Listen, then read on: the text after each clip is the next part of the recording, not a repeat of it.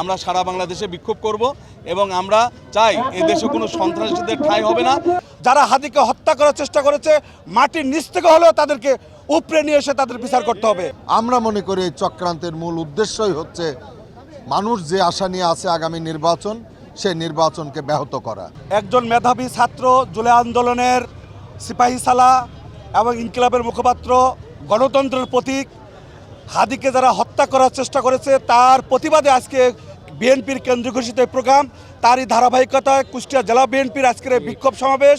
এই বিক্ষোভ সমাবেশের আমজনতা, সাধারণ জনতা ফুঁসে উঠেছে। এই সরকারের তত্ত্বাবধায়কের যিনি প্রধান, তার উপরে আমরা দৃষ্টি আকর্ষণ করছি। অতি সত্ত্বই যারা হাদিকে হত্যা করার চেষ্টা করেছে মাটির নিচ থেকে হলেও তাদেরকে উপরে নিয়ে এসে তাদের বিচার করতে হবে। এবং এই মেধাবী ছাত্র গণতন্ত্র যারা হত্যা করার চেষ্টা করেছে, ভবিষ্যতে যেন ফ্যাসিবাদের দোষররা যাতে এ ধরনের অপচেষ্টা যেন করতে না পারে। আমরা যখন একটা গণতন্ত্রের পথে হাঁটছি, আগামীতে জাতির প্রত্যাশিত যে নির্বাচন, সেই নির্বাচনের তফসিল ঘোষণা হয়েছে।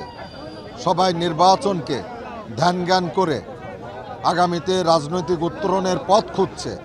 ঠিক সেই মুহূর্তেই আমরা লক্ষ্য করছি নানানভাবে এই অগ্রযাত্রা, এই মিশনকে ব্যাহত করার জন্য বিগত ফ্যাসিবাদ এবং এ দেশের মধ্যে লুকিয়ে থাকা তাদের দোসররা নানান কিলিং মিশনের মাধ্যমে নানান অপকর্মে যুক্ত হয়ে আইন শৃঙ্খলা পরিস্থিতির অবনতি ঘটিয়ে দেশে একটা অস্থির পরিস্থিতি সৃষ্টি করতে চায়।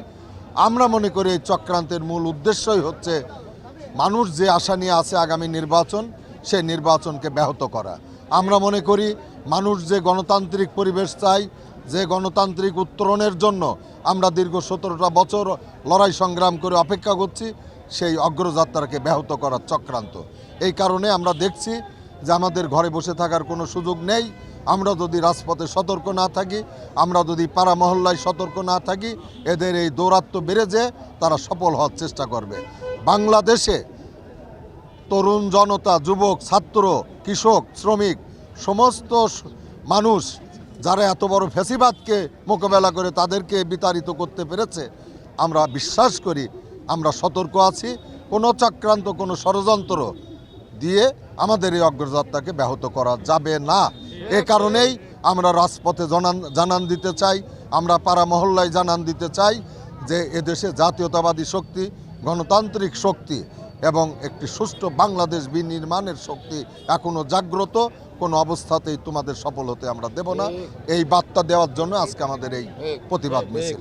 এবং এই যে হত্যাকাণ্ডের চেষ্টা বা হত্যাকাণ্ড, এই সমস্ত দুষ্কৃতিকারীদের আইনের আওতায় নিয়ে এসে যথাযথভাবে জনসমক্ষে প্রকাশ করা এবং তাদের শাস্তির বিধান করা, এটাই আমাদের আজকের বিক্ষোভ মিছিলের মূল লক্ষ্য। আমরা এই কর্মসূচিকে আমরা অংশগ্রহণ করেছি এই কারণে, সারা বাংলাদেশে আওয়ামী সন্ত্রাসীরা যেভাবে সন্ত্রাস চালাচ্ছে তারই আলোকে গত 5ই নভেম্বরে চট্টগ্রামে তারা একজন ক্যান্ডিডেটকে তারা গুলি করে, এরশাদুল্লাহকে, আবার গতকালকে ওসমান হাদির উপরে তারা গুলি করে।